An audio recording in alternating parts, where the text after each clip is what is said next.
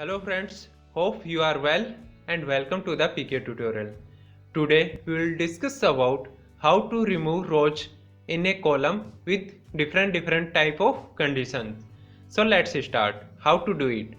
So firstly we import our data in RStudio. df is your data frame और जो कि हमारी show होगी इन्वायरमेंट पार्ट में। तो हमारा df डेटा फ्रेम है और हमारा डेटा है उसमें 8 कॉलम है। Serial name, employ code, first name, last name, salary, gender, city और सेल। लास्ट वीडियो में हमने देखा था कि हमने कैसे न्यूमेरिक वैल्यू को, यानी कि जिसकी क्लास हमारी क्या थी, न्यूमेरिक थी, जैसे सैलरी की हमारी न्यूमेरिक थी और सेल की हमारी न्यूमेरिक थी, तो उसमें से हमने क्या किया था, एनए वैल्यू को हमने रिमूव कर दिया था सिंपल एक कंडीशन लगा करके। लेकिन हमारी सिटी में से जो ये ब्लैंक था वो रिमूव नहीं हुआ था। तो मैं आज आपको बताऊंगा कि कैसे हम कैरेक्टर क्लास वाले कॉलम को हम रिमूव करेंगे। इसके लिए हमारे पास डिफरेंट कंडीशन होंगे और डिफरेंट कोड होंगे और मेथड होंगे। चलिए देखते हैं कैसे होगा ये। पहले हमें फर्स्ट मेथड देखना है, फिल्टर टाइप मेथड है जिसका नाम। तो हमें सबसे पहले हमें क्या करना है कि हमें आर्यन को, जो हमारी डेटा फ्रेम है उसमें फर्स्ट नेम है आर्यन, आर्यन लिखा हुआ है, इसको हमें रिमूव करना है इस कंप्लीट रोज को। तो कैसे होगा, हमें ये कमांड लगानी है। सबसे पहले हमें नाम लिखना होगा डेटा फ्रेम का, आर्यन रो रिमूव, उसके बाद में डेटा फ्रेम का नाम df और उसके बाद में ब्रैकेट के बाद में ये जो लगा है ये नॉट ऑपरेटर है हमारा। नॉट ऑपरेटर हमारा क्या काम करेगा कि इसके बाद में जो लिखा हुआ है उसका ऑपोजिट हमें देगा। तो हमने लिखा क्या है, डेटा फ्रेम का नाम और कॉलम का नाम। ये कौन सा है, df डेटा फ्रेम है और फर्स्ट नेम क्या है, इसका कॉलम का नाम है। तो हमने ये दोनों लिख दिया है, df डेटा फ्रेम का उठाए और डॉलर के बाद में कॉलम का नाम हमने लिख दिया इजिकल टू आर्यन। यानी कि हमारा df डेटा फ्रेम और फर्स्ट कॉलम में से आर्यन जहां पे लिखा हुआ है उस रोज को क्या कर देगा, ये सेलेक्ट कर लेगा और सेलेक्ट करके नॉट ऑपरेटर लगाया हुआ है तो उसको क्या कर देगा, रिमूव कर देगा।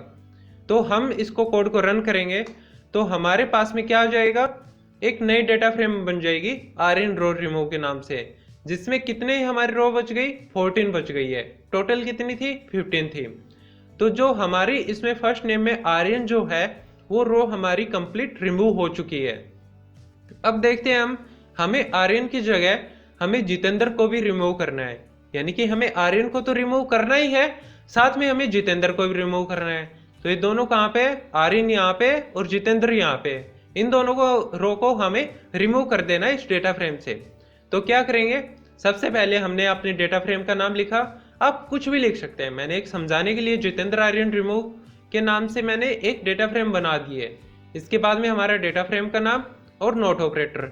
नॉट ऑपरेटर के बाद में जो हम ये बीच में ब्रैकेट लगाएंगे, इसके बाद में हम इसको किससे कंबाइन कर देंगे, यहाँ तक बिल्कुल सेम है जैसा ऊपर था हमारा। और उसके बाद में हमने लगाया है और ऑपरेटर। और ऑपरेटर क्या करेगा, या तो आर्यन मिल जाए इसको डेटा फ्रेम में या फिर इसको जितेंद्र मिल जाए, तो दोनों को क्या कर देगा, रिमूव कर देगा।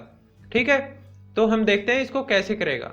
इसके बाद में हमने जो एक कोमा लगा दिया है, कोमा का क्या मतलब होता है कि इस ब्रैकेट के इस साइड में, कोमा के इस साइड में ये रो के ऊपर एक्शन करेगा और कोमा के इधर कॉलम के ऊपर एक्शन करेगा।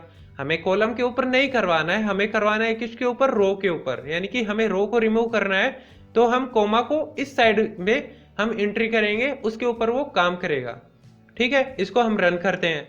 तो हमारे पास में टोटल कितने रो थी, 15 थी। अब कितनी बच जाएगी हमारे पास में, 13 बच जाएगी। ये देखिए एक नई डेटा फ्रेम बन गई है जितेंद्र आर्यन रो रिमूव के नाम से, जिसमें हमारी 13 रो बच गई है। तो हमारा ये क्या हो गया है, ये डेटा फ्रेम नया बन गया है और इसमें हमारे जितेंद्र और आर्यन को क्या किया, रिमूव कर दिया है। चलिए आइए देखते हैं हम कुछ मल्टीपल रो के लिए भी करते हैं। मल्टीपल रो के लिए कैसे, हमें आर्यन जितेंद्र के साथ में कुलदीप या फिर किसी और को भी हटाना है। तो हम सिंपल क्या करेंगे कि एक डेटा फ्रेम का नाम सेम यहाँ तक सेम रहेगा हमारा। इसके बाद में हम इन कंडीशन लगा देंगे, हम इन लगा दिया। इनके बाद में सी के अंदर जो ब्रैकेट में हम जो भी लिखेंगे कोमा लगा करके और डबल कोट के अंदर, तो वो सभी पे एक साथ काम कर देगा ये। तो हमारा क्या होगा, ये 3 रो डिलीट हो जाएंगे, यानी कि 15 में से 3 रो माइनस की तो हमारी कितनी बच जाएंगी, 12 बच जाएंगी। और हमारी एक नई डेटा फ्रेम बन गई है मल्टीपल रो रिमूव के नाम से। इसमें हमारा आर्यन, जितेंद्र और कुलदीप तीनों क्या हो गए, रिमूव हो गए। तो ये थी हमारी मल्टीपल के लिए। अब हम देखते हैं सेकंड कंडीशन या फिर सेकंड मेथड, और सेकंड उसके ऊपर देखेंगे हम किसी कॉलम के ऊपर। तो जैसा कि लास्ट वीडियो में हमारे क्या हुआ था, सिटी में से ये ब्लैंक वाले बच गए थे हमारे, तो ये कैसे हटाएंगे हम। सबसे पहले हमें क्या करना है कि हमें ये देखना है इस कैरेक्टर में जहाँ पे ब्लैंक आ रहा है, तो क्या वो ब्लैंक ही है या फिर उसके ब्लैंक के अंदर स्पेस भी आ रखा है कुछ। तो इसके लिए एक कमांड यूज करेंगे हम, यूनिक के अंदर लिख देंगे डेटा फ्रेम का नाम और कॉलम का नाम। कॉलम का नाम क्या है, सिटी। अब इसके अंदर हमें सभी उस कॉलम के अंदर एंट्री हुई है उस सभी का एक रिकॉर्ड आ जाएगा। तो ये देखिए, जोधपुर, गुड़गांव, मुंबई। इसके बाद में ये क्या है, ये ब्लैंक वाला है जो कि ये है।